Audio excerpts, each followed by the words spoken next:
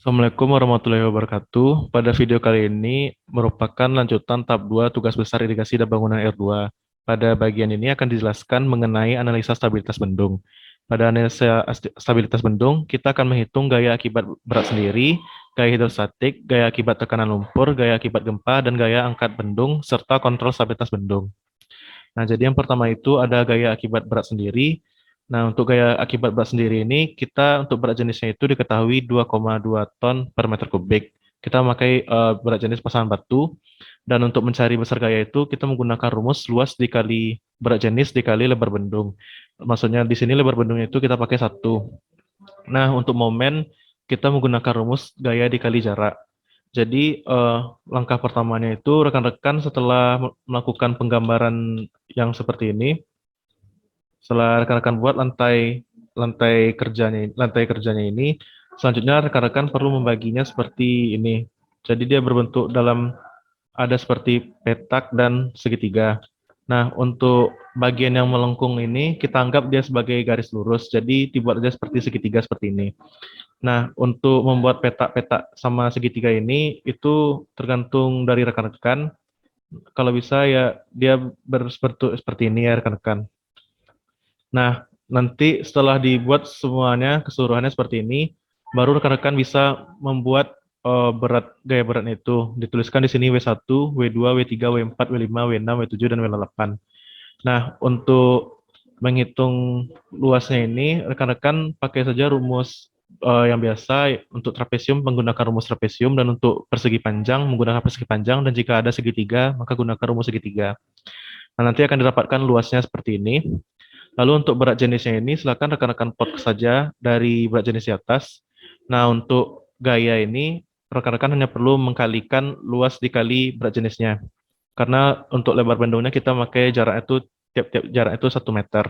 Nah, untuk mencari lengan ini perlu tergantung dari jenis W1, W2, W3 rekan-rekan. Nah, jika bentuknya seperti trapesium, maka rekan-rekan perlu memakai rumus titik berat trapesium ditambah panjang lengan. Maksudnya panjang lengan itu seperti gambar ini ya rekan-rekan. Nah, jadi dia misalnya di contohnya ini kita ingin menghitung di bagian W1 di sini. Nah, di W1 ini kita memakai rumus titik berat trapesium. Jadi untuk trapesium itu kan gabungan dari persegi panjang sama segitiga. Nah, di sini rumusnya itu setengah dikali L dikali P dikali L ditambah sepertiga A dikali T per 2 dibagi P dikali L ditambah setengah A kali T. Nah, untuk panjang lengan ini itu sesuai dari W1, W2, W3 rekan. Nah, di sini kan W1, berarti otomatis jarak untuk panjang lengannya itu dari ujung sini sampai ujung titik yang ditinjau. Nah, untuk ujung titik yang ditinjau ini kita pakai ujungnya yang di sini, yang paling ujung di sini. Ini tergantung dari rekan-rekan karena di sini titiknya O, berarti di titik O ini. Kalau mungkin dari rekan-rekan yang paling ujungnya mungkin ada P atau Q, berarti yang intinya itu titik yang paling ujung sini. Nah, misalnya untuk perhitungan kedua, misalnya di W2. W2 kita sama menggunakan rumus trapesium yang sama, tapi untuk panjang lengannya itu jarak dari ujung W3 di sini sampai titik O di sini. Nah, begitu juga seterusnya. Untuk yang paling akhir ini, kan dia udah di sudut.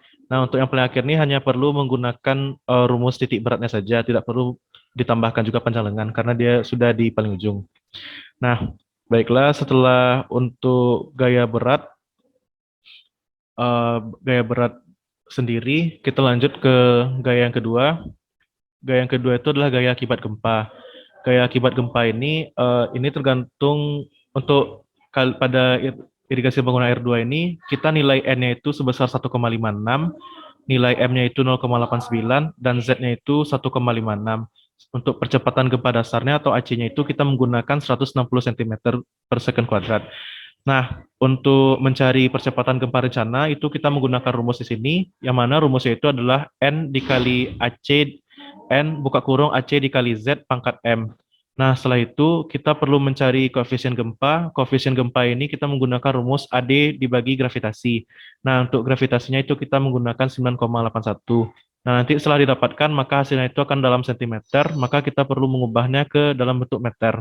Maka akan didapat hasilnya itu 0,378 meter per second kuadrat. Nah, setelah itu kita perlu memasukkan ke dalam tabel. Jadi nanti juga dibuat juga per segmennya. Untuk segmennya itu di AutoCAD seperti ini, mirip seperti berat sendiri, cuman yang membedakan itu arah garis ini dia kan kalau berat sendiri ke bawah, kalau untuk gempa ini dia ke kanan. Nah, untuk titik tinjauannya itu sama di titik O ini. Nah, setelah itu dimasukkan berat sendirinya, atau rekan-rekan bisa memasukkan berat sendiri ini dari persamaan dari tabel yang di atas di sini berat ini. Lalu untuk F-nya itu kita pakai F yang di sini, koefisien gempa, dan untuk gayanya ini kita pakai saja, kita dikalikan saja berat sendiri dikali F. Nah, untuk lengan itu sama juga dengan berat sendiri yang di atas. Jadi silakan rekan-rekan podcast saja yang dari sini. Nah, untuk momen itu tinggal rekan-rekan kalikan saja gaya dengan lengannya. Nah, untuk selanjutnya itu kita masuk ke gaya hidrostatik akibat tekanan air banjir. Untuk gaya hidrostatik akibat tekanan air banjir ini, silakan rekan-rekan buat juga CAD-nya seperti ini. Untuk CAD-nya ini semuanya sama seperti ini, FH1, FH2, FH3. Nah, jadi pada eh, gaya hidrostatik ini, rekan-rekan perlu mencari luasnya dulu. Luasnya itu gunakan sesuai dengan bentuknya. Jika dia segitiga, maka segitiga. Jika trapesium, trapesium. Jika dia ada yang persegi, maka pakai persegi. Nah, di sini kan rata-rata bentuknya segitiga, jadi kita pakai rumus segitiga saja untuk luasnya. Nah, untuk gamma airnya itu kita menggunakan satu, untuk gayanya itu, ini rekan-rekan kalikan saja luas dengan gamma airnya. Nah, dan untuk lengannya ini titik tinjauannya ini berbeda dari yang sebelumnya. Untuk titik tinjauannya ini kita melihat dari garis yang ada di sini. Nah, garis yang di sini kan sama dia dengan garis L yang ada di sini. Jadi untuk titik tinjaunya itu ada di L. Nah, untuk titik tinjaunya ini juga sama.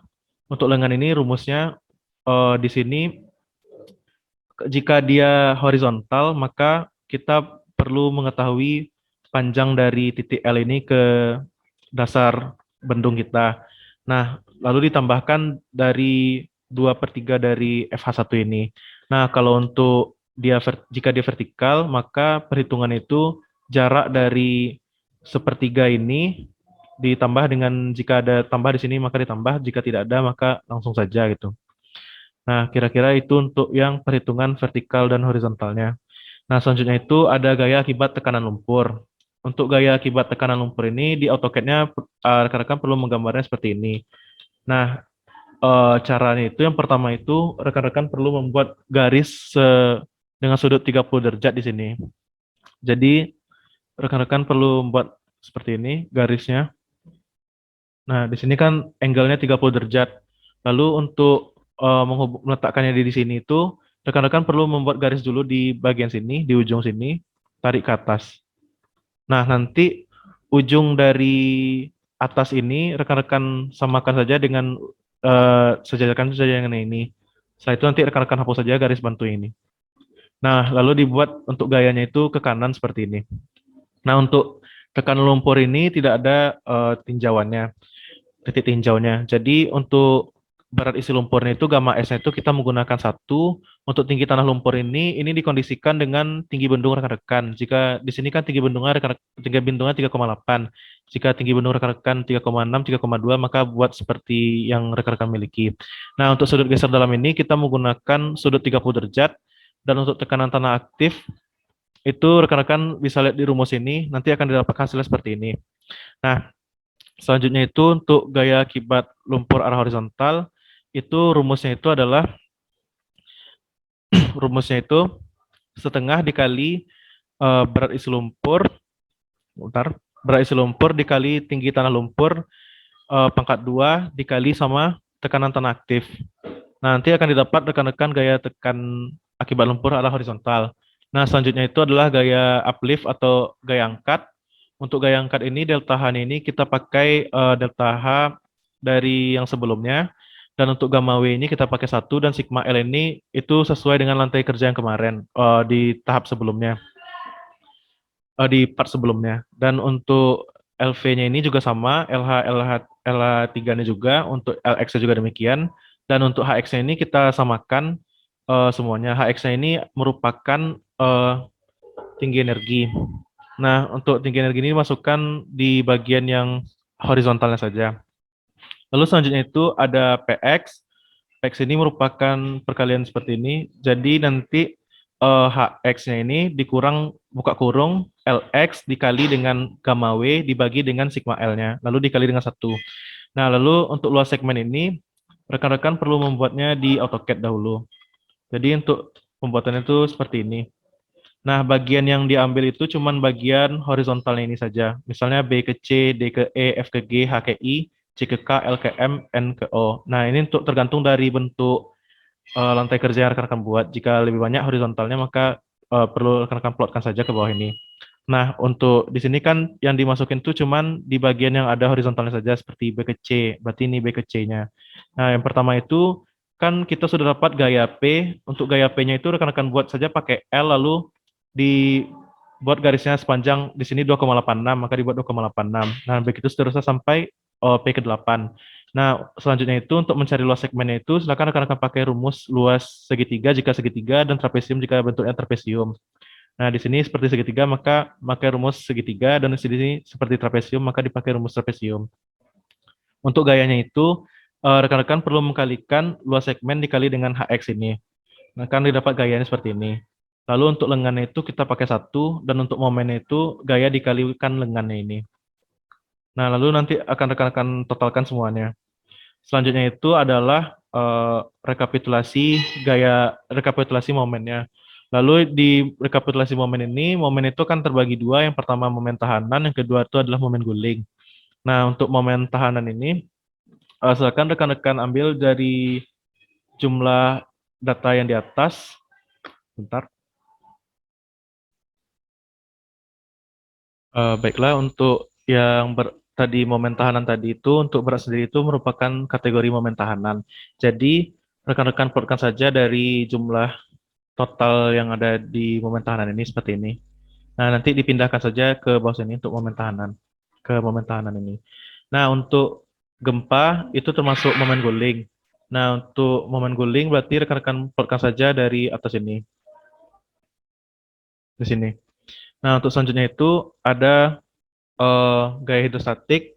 Gaya hidrostatik ini ada 3. Jadi untuk gaya hidrostatik ini sebaiknya rekan-rekan kalikan saja langsung. Di sini kan dia karena ada cuma 3, rekan-rekan plotkan saja dia ke bawah sini.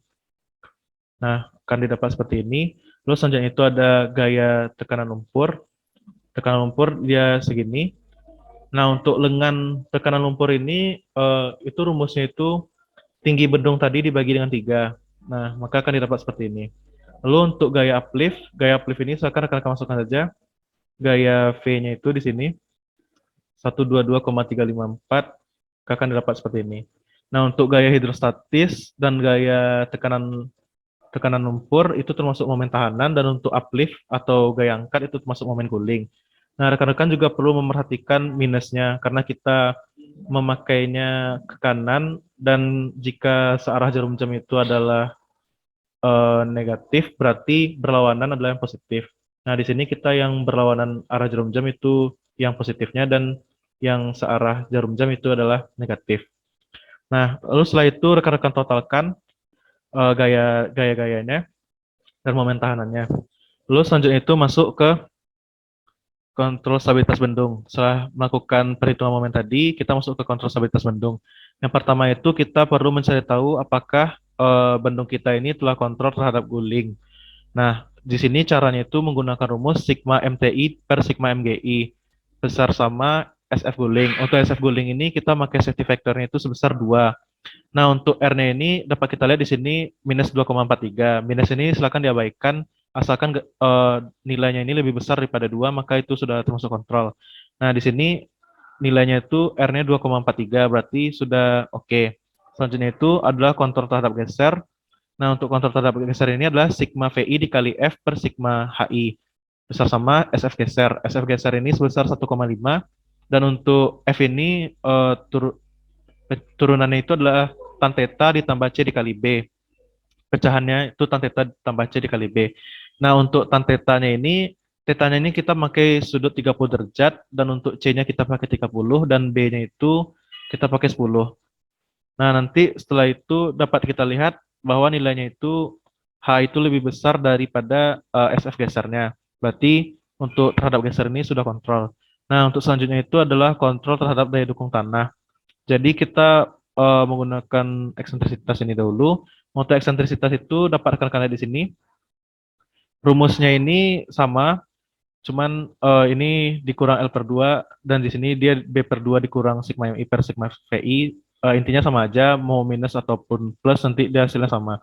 Nah, jadi untuk di sini B-nya ini kita menggunakan lebar bendung efektif dibagi 2 dan untuk sigma MI-nya itu merupakan sigma momen tahanan dikurang sigma momen guling. Nah, untuk sigma VI-nya itu adalah sigma gaya V, berarti yang ini. Nah, dapat kita lihat di sini bahwa nilainya itu kontrol karena nilai dari sigma nilai dari E-nya ini lebih kecil daripada L per 6, yang mana L per 6 atau B per 6 ini merupakan lebar bendung efektifnya. Nah, mungkin untuk sekian untuk part 3 tahap 2 irigasi bangunan air 2. Assalamualaikum warahmatullahi wabarakatuh.